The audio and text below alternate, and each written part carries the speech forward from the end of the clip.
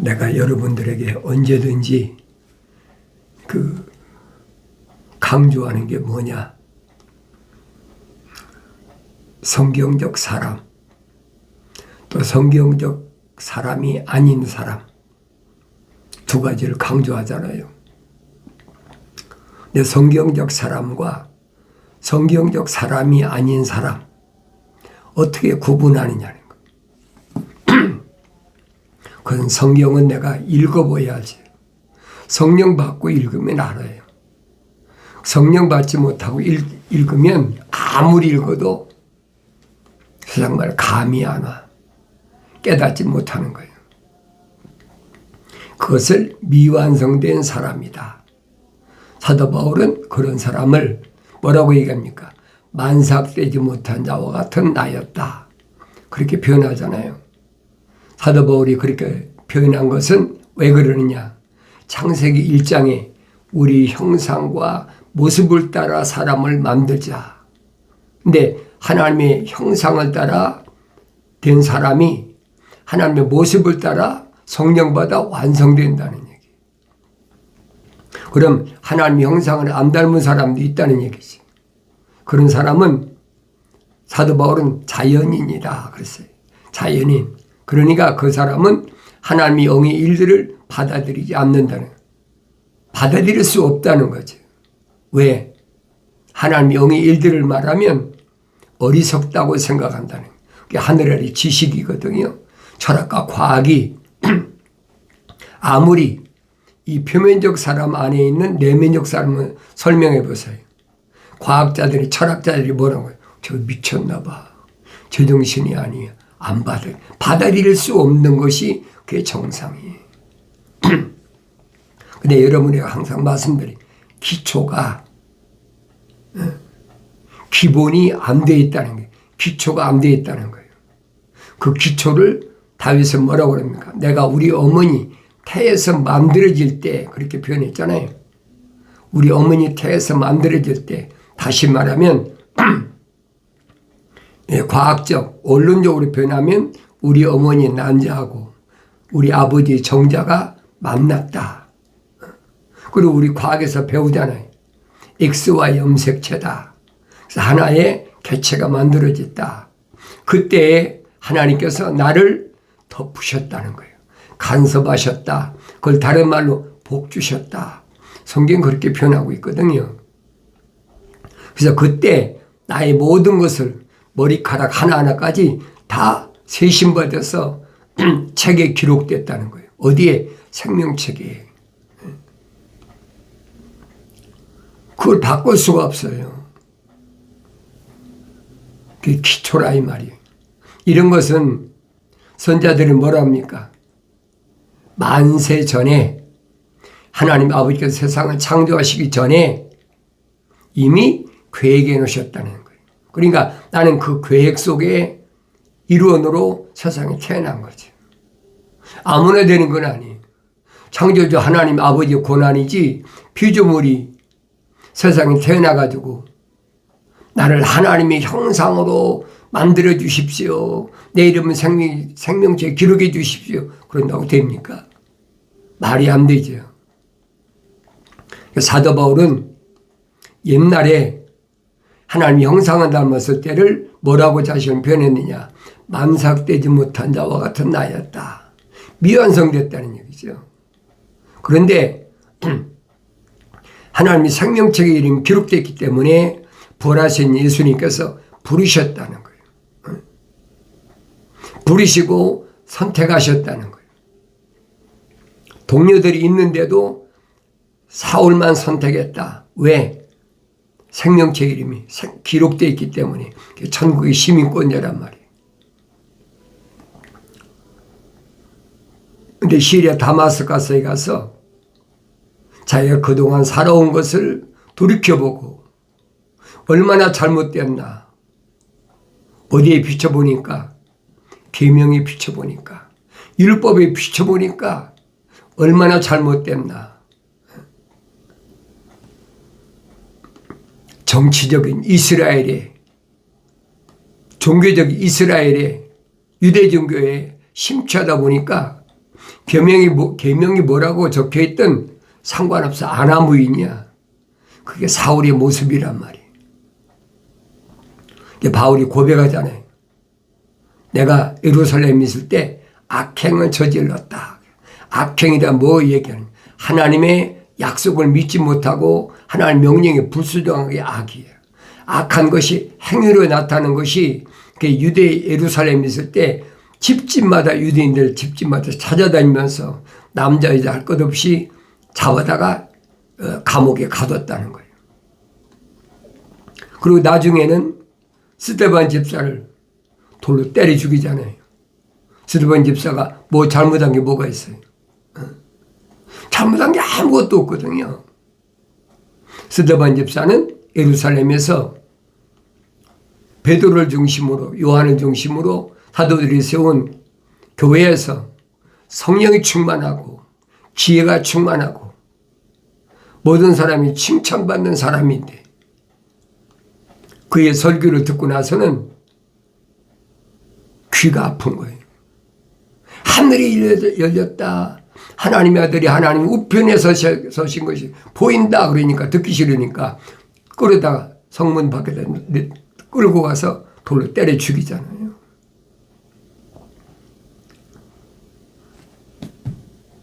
앞이 안 보이는 사울이 다마스커스에 끌려와가지고 3일 동안을 금식하면서 책망받잖아요. 뭐 때문에? 계명 때문에. 살인하지 말라고 그랬는데 직접 살인했잖아요. 때려 죽였잖아요. 그러면 사도 야고보가 설명한 것처럼 10가지 계명 가운데 한 가지 계명만 어겨도 9가지는 다 무효가 된다는 거예요. 얼마나 엄격합니까? 그러니까 3일 동안을 금식하면서 자신이 얼마나 잘못됐나 그걸 깨닫고 나니까 선지자 아나니아가 와서 안수할 때 성령이 임하셨다 그랬어요. 성령이 임하셨다고 사울이 무슨 아나니아 선지자가 설명하잖아요. 사울, 형제 사울아, 너는 이방인들에게 하나님 말씀을 전파하기 위해서 하나님의 아들을 증거하기 위해서 준비된 그릇이다. 사울의 정체성을 아나니아 선지자가 설명해 주잖아요. 그러면 사울이 선지자 아나니아가 안수할 때 성령 받았다고 방언했습니까? 생각해 보세요. 근데 사람들은 외적으로 나타나는 것만 뭐 성령 받은 증거다. 그건 아니에요, 여러분. 사람마다 다 달라요. 그러니까 사도 바울이 설명하잖아요. 어떤 사람에게는 지식의 말씀, 어떤 사람은 지혜의 말씀, 어떤 사람은 예언, 어떤 사람은 방언, 어떤 사람은 믿음, 또 방언을 통역함을, 또 기적 행함을, 그 다음에 방언 통역했나요? 그 다음에 영분별함을 9가지를 설명하잖아요. 그게 뭐냐? 성령이 임하실 때 나타나는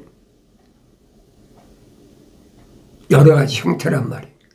그런데 예루살렘에서 사도들이 120명이 제자들이 모였을 때 오순절날 성령이 임하실 때는 어떻게 진동이 요즘 말이 지진이 일어나고 급하고 강한 바람 같은 바람이 불면서 방언을 했다. 각 지방의 방언을 얘기하잖아요. 각 지방에서 온 사람들이 야, 이 사람들이 어떻게 배운 적이 없는데 이렇게 각 나라 말을 할까? 사도행전 기록했잖아요. 그러니까 성령의 은사는 여러 가지로 나타난다는 거예요. 꼭 내가 체험한 것만 성령의 은사다. 그걸 아니라는 얘기예요. 설명해 주고 있잖아요. 누구에만 성령이 임하시느냐. 그게 문제잖아요. 누구에게만 성령이 임하시느냐. 기초가 된 사람에게만 성령이 임하신다. 다시 말하면 하나님의 형상은 닮은 사람에게만 성령이 임하신다. 성경이 정확히 설명해 주고 있잖아요. 그러니까 내가 혼돈에 빠지지 말라는 얘기. 그럼 내가 보여야 될 거 아닙니까? 나는 기초가 된 사람인가 아닌가? 나는 기본기가 돼 있는 사람인가 아닌가? 안 된 사람은 아무리 얘기한다고 해서 그 사람이 깨달을 수가 없는 거예요. 내가 말씀드리잖아요. 어린아이 때는 모른다. 성령 받고도 어린아이 때는 알아들어서 못한다는 거예요. 여러분 유치원 다니는 애한테 뭐 어렸을 때부터 가감 성제를 구구단을 다 외운 사람은 알죠. 그런데 그런 기초가 안 된 사람한테 사고파게 사는, 예를 들어서 20이다. 4, 20. 그러면 그 아이가 그게 틀린지 맞은지 압니까? 모르잖아요. 아, 그런가 보다. 이제 그걸 암송하면 어디 가서 4, 20 그런다고. 왜? 배운 게 그거밖에 없으니까. 근데 기초가 4설 4번 더하면 16이다. 이렇게 해서 이것을 곱하기로 해서 4, 16이다. 그렇게 배운 사람은 4, 20g은 뭐죠? 틀렸네? 대본 알죠. 그와 똑같단 말이에요. 그러니까 내가 늘 여러분에게 말씀드린 기초가 돼 있느냐 안 돼 있느냐.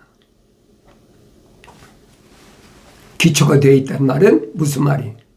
하나님 형상으로 만들어졌느냐 안 만들어졌느냐. 하나님 형상으로 만들어진 사람이야 모습을 닮아서 완성되는 거지. 하나님 형상을 안 닮은 사람이 성령을 어떻게 받습니까? 사도 바울이 설명하잖아요. 자연인은 하나님의 영의 일들을 받아들이지 않는다. 받아들일 수가 없다는 기초가 안 됐으니까. 하나님의 아들이 말씀하신 이 반석 위에 내 교회를 세운다. 예수 그리스도, 반석이신 예수 그리스도가 기초가 돼야 된다는 거예요. 그러니까 하나님의 아들이 성경 읽으면 어떻게 오셨다 그래요? 성령으로 잉태하셨다 그래요.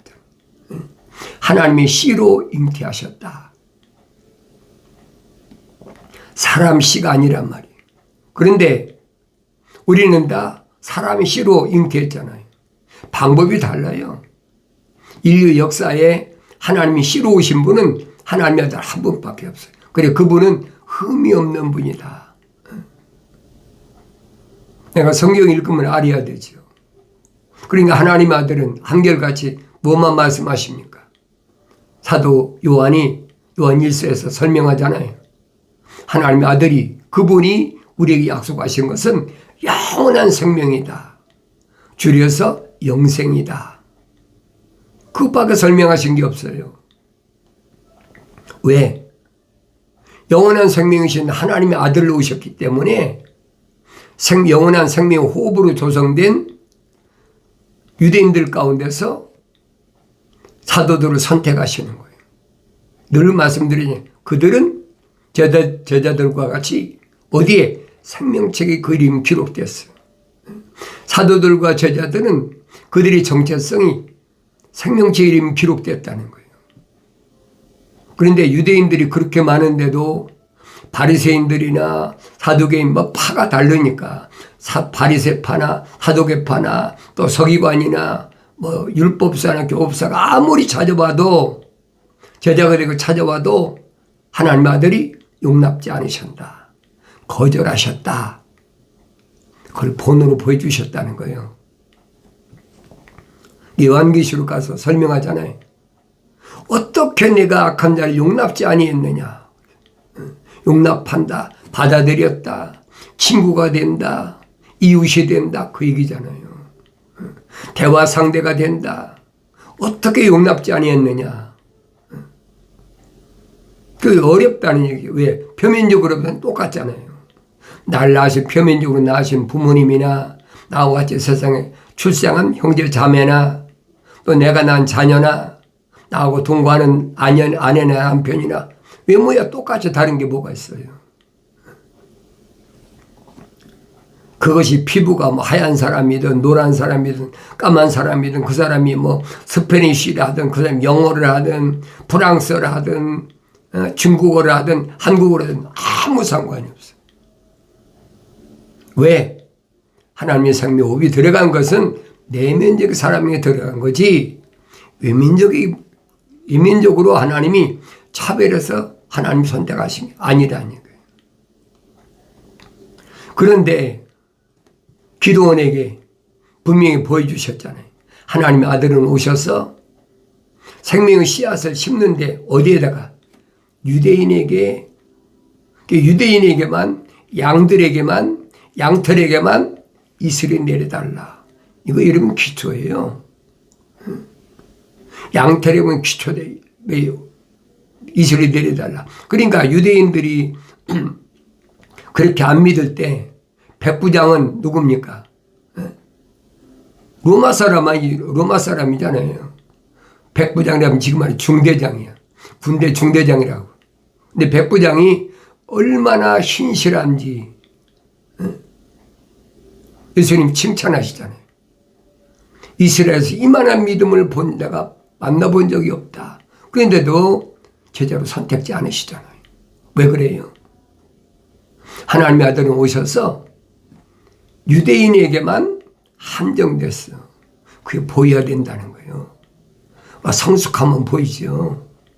이전에 몰랐더라도 여러분들이 말씀 읽은 사람은 그렇구나 깨닫는 거죠. 그러니까 그것을 내가 성령 받고 눈이 뜨이고 성령 받고도 성장해야 그게 보이는 거예요. 하루아침에 보이는 게 아니에요. 그러니까 하나님의 아들은 어디까지만 남유다와 북이스라엘 그것이 하나님의 아들이 이 세상에 오셔서 선택할 생명지에 기록된 사람들의 한계란 말이에요. 그러니까 하나님의 아들이 말씀하시잖아요. 제자들에게 너희들은 나보다 더 큰 일을 해야 된다. 아니 성령으로 잉태한 하나님의 아들보다 더 큰 일이 어디 있습니까?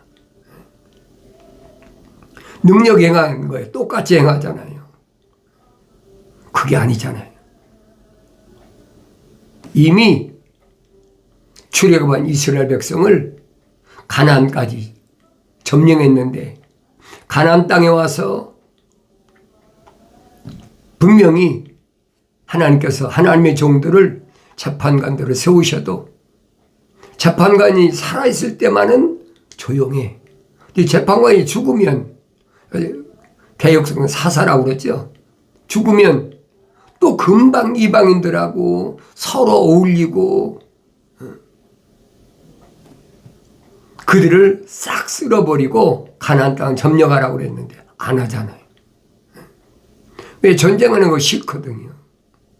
전쟁하면 피 흘려야 되고 뭐 죽어야 되고 왜 자기들 생각이 그런 거예요.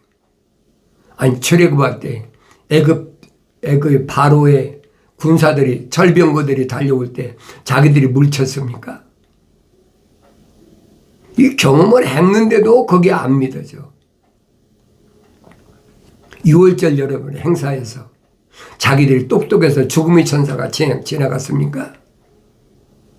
누구에게만 6월절의 비밀을 알려줬느냐는 거예요. 그거 보여야 될 거 아닙니까? 그 말에 순종한 사람은 유대인들이잖아요. 똑같은 이집트 땅에 있는데. 그러니까 하나님의 명령에 순종한 사람은 6월절 행사에서 장자가 안 죽었잖아요. 그러니까 사도 바울이 뭐라고 합니까? 6월절을 기억하라. 6월절이 뭘 말하는지 알아요. 6월절은 하나님의 약속을 믿고 행한 것이 6월절이에요. 어떤 의식을 얘기한 게 아니거든요. 근데 어렸을 때는 그게 안 보여. 성경을 아무리 읽어도 안 보여. 그러니까 너희는 주의 책을 찾아 읽으라. 그랬잖아요. 찾아 읽으라. 자세히 읽으라는 얘기예요. 한 번 읽어가 안 돼. 또 읽고 되새김질하고 묵상하고 또 읽고 주야로 계속 하나님 말씀을 상고하란 말이에요. 그래야 성장할 거 아닙니까? 육신도 여러분, 이 껍데기 사람도 배고프면 에너지가 부족하니까 힘이 없으니까 나가 떨어지니까 먹고 마시고 하잖아요. 추우면 또 옷 입고 더우면 벗고. 내 속사람은 뭘로? 하나님 아들이 설명하시잖아요. 사탄이 와서 40일 동안 금시간 하나님 아들한테 와서 찔러보잖아요. 네가 하나님의 아들이거든. 이 돌들로 떡을 만들라. 사탄이 껍데기를 가지고 속이려고 그러는 거예요. 근데 하나님의 아들은 이 껍데기가 아니잖아요. 하나님의 아들이 뭐라고 말씀하십니까? 사람이 딱 가서 사람이 뭐예요? 성경적 사람이 떡으로만 사는 것이 아니라 하나님 입에서 나온 말씀으로 사느니라. 정면으로 공격해버리잖아요. 모세가 광야에서 태어난 2세들에게 교육시킨 신명기 있는 말씀이에요. 내가 성경을 읽어야 알지 어떻게 합니까? 하나님의 아들이 뭘로 사탄을 물리쳤나? 유대인들한테 아무리 육신이 뭘 먹을까 입을까 마실까 염려하지 마라. 하늘에 계신 너희 아버지께서 이미 다 아시느니라. 아무리 유대인들에게도 그들이 받아들입니까? 기초가 안 돼 있어요. 못 받아들이니까 오늘날도 똑같아요. 여러분 속에 하나님의 거룩한 사랑, 생명이 안 들어온 사람은, 그 이름이 생명체 기록이 안 된 사람은 아무리 여러분들이 기독교 복음 전도자 훈련은 유튜브 방송, 페이스북 콘텐츠 와서 아무리 듣고 또 봐도 시청을 해도 안 들리는 거예요. 어떻게 보입니까? 내 겉모습만 보이죠. 저 늙은이 또 나와서 헛소리 하는구나. 안 들리는 거예요. 사도 바울이 제일 마지막에 로마에 가서 옥에 갇혔잖아요. 죄인 아닌 죄수로 갇혔어요. 하늘의 사돈, 하나님의 종은 세상에서는 죄인으로 몰릴 수밖에 없어요. 그렇다고 세상 정치를 비판했습니까? 사도 바울은 아니잖아요. 관세 낼 때에 관세 내고 국세 낼 때 국세를 내라. 왜? 내가 세상에서 먹고 마시기 위해서 돈 벌었으니까 그에 대해서 세금 내라는 거예요. 정당하라는 거예요. 떳떳하라는 거예요.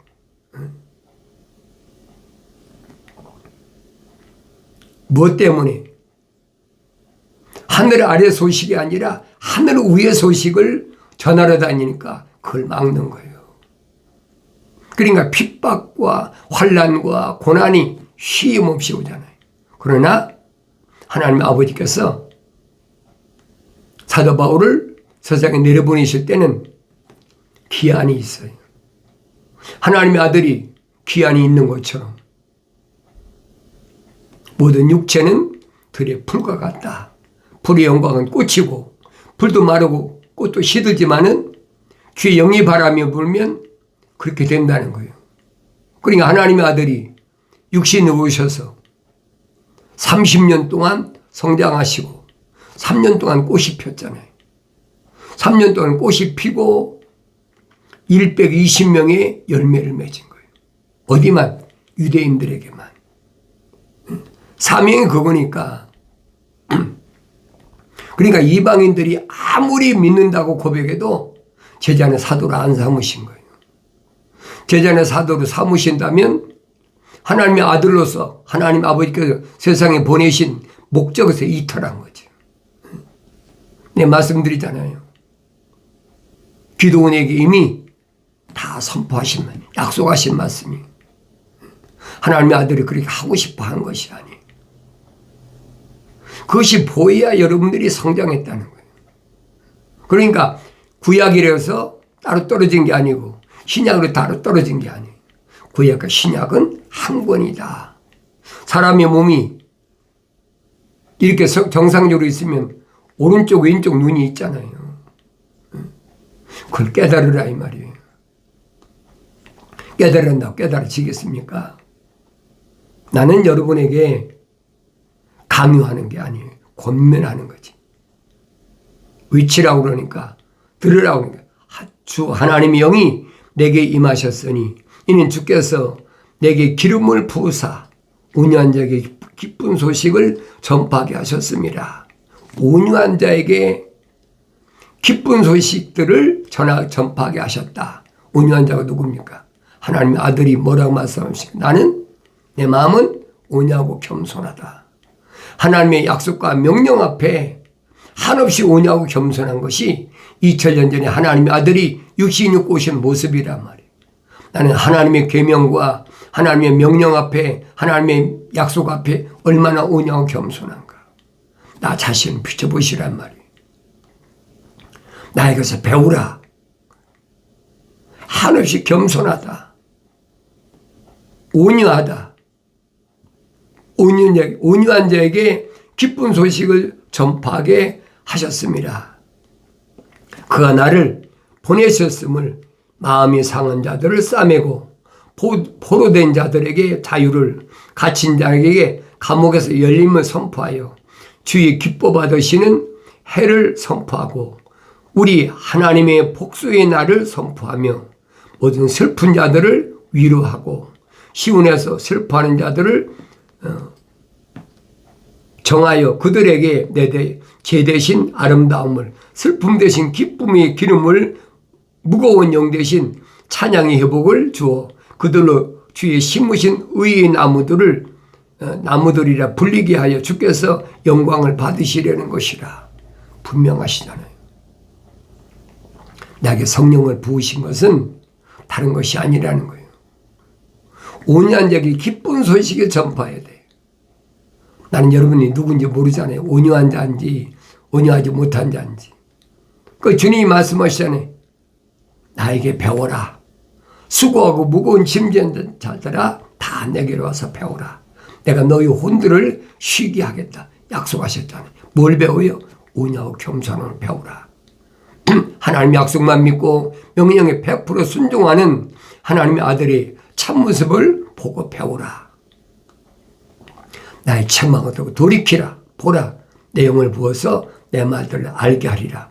약속하신 말씀을 언제나 마음속 깊이 간직하시고 그 말씀대로 순종하는 복된 삶을 살아가길 바랍니다.